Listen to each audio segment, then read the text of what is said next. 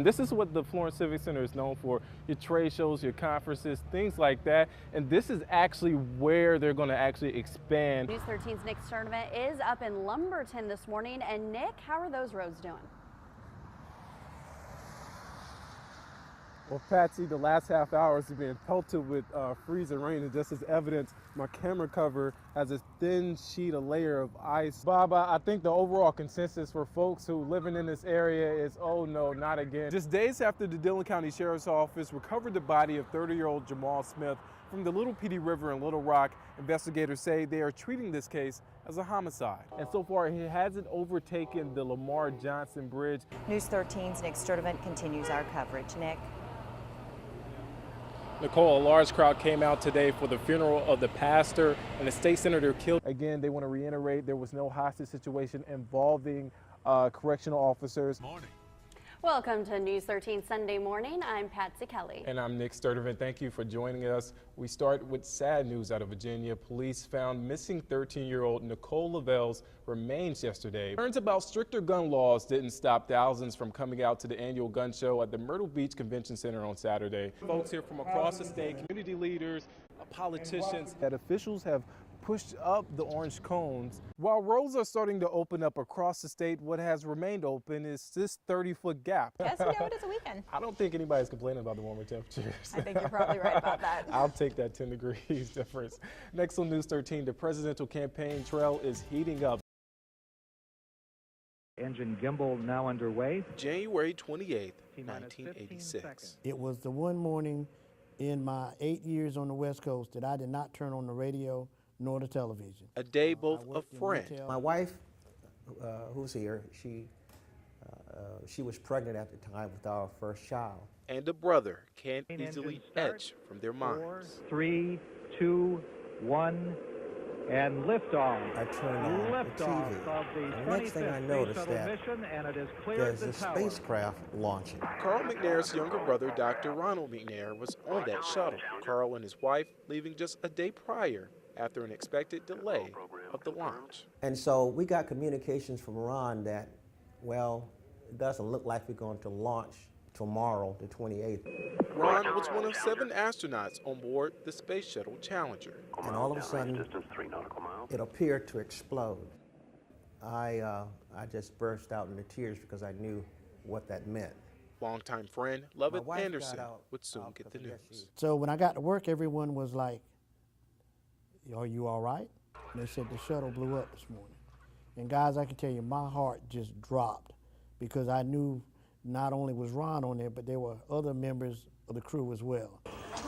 What took 1 minute and 13 seconds to unravel, open an entirely new chapter. Ron perhaps made more positive impact and life-changing impact on lives and death than he would have done in life. One thing that always stuck out to me when I saw Ronald McNair, a picture of Ronald McNair, was that smile. He was a happy person. Well, we missed the man himself. His spirit is still strong.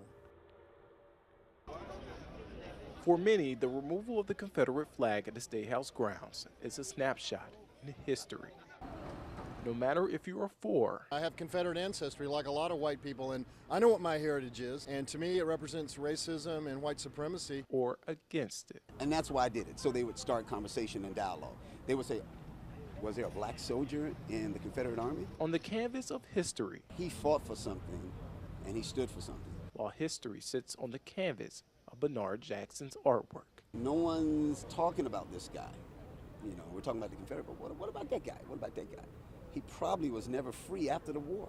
A conversation piece nonetheless, as many took pictures of this nameless Union soldier with the Confederate flag as his backdrop.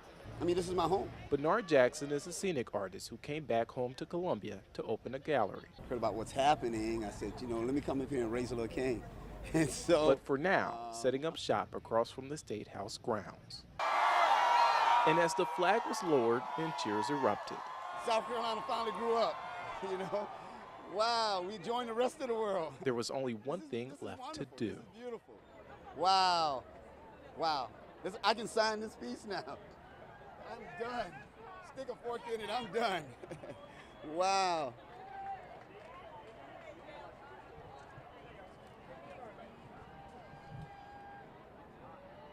In Columbia, Nick Sturdivant. That's it. It's done. News 13.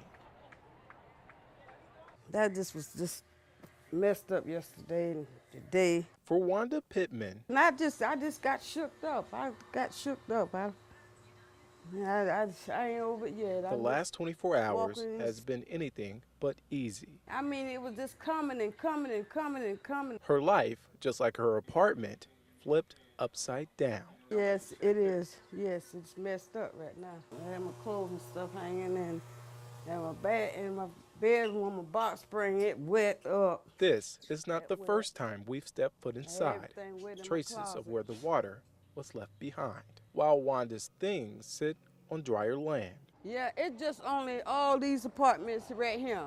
The rest of them, ain't nothing happened to them. I don't know whether the drains or what.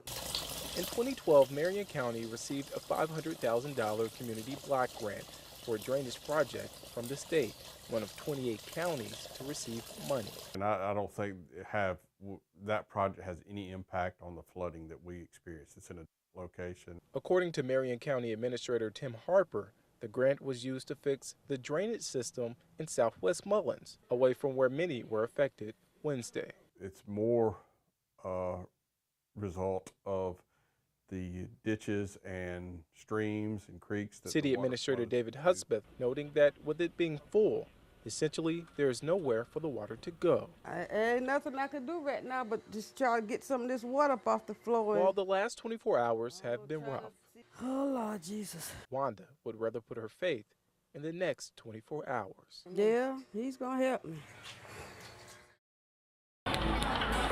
Odds are you've been to enough basketball games to recognize everyone involved, from the mascot to the players and even the cheer section. And if you attended a Southside Middle School basketball game lately, odds are you've seen the cheer team's newest members. Victory, let's take it. And they've always asked, can I cheer with you guys? For Coach Kimberly Matthews Robinson, fellow coach Sharnique Verley, and teacher Miriam I Fulgham, can just sit back and watch the sparkles just happen. And that's why, we're called the Falcon Sparkles. this has been 3 years in the making. 5, 6, 7, 8. And you want to give Let's them go, an opportunity Falcons. to truly Come on, let's connect go, with your yeah, typically man. developing teams. This is the first year Southside Middle has been a part of the Sparkle Effect, an initiative to connect students with and without disabilities through cheer. And I said, oh my gosh, this is perfect for our school. 23% of our students at Southside are special needs students, so they're a very important part of our school culture. They act as like they've known you for like the longest time, but they've really only known you for a month or so. They can interact, they can hug because the children and the kids, they embrace them.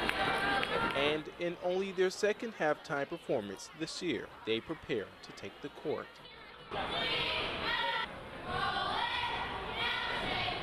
Not only the talk of the school, but the talk of town. And that's really one of our goals, is just for them to realize that we're all the same. You did a good job, guys. In Florence, Nick Sturdivant, News 13. Well, today was out of ordinary. No one would have imagined that their Wednesday morning alarm clock would be this. Three shots. It was three shots. Pow, pow, pow. 3 shots near this bus stop at the corner of Carver Circle and West Sumter Street in Florence. And I peeped down there and I seen all the police is turning, and so I called someone. They told me what was going on. Daytime Miss Burgess was inside her home across the street when she heard the shots and the swarm of deputies surrounding the bus stop. It was scary because knowing that the kids be at the bus stop. And I started shriveling and I lost my breath. I was living here all my life. I'm 52 years old. So we was living on our corner all these years and we didn't have none of this drama like that. But while Wednesday was out of the ordinary, Faye Thomas says recently the neighborhood has been marred by 2 shootings in the last 2 weeks. My girlfriend called me and said that her grandson didn't want to go to school because somebody was threatening them at the bus stop. Florence School District 1 says upon finding out what happened, the Beck Child Development Campus nearby was immediately secured and locked down. So the only thing hard to imagine is the sense of security this community feels. We need more police patrol or something because this is getting ridiculous. In Florence, Nick Sturdivant, News 13.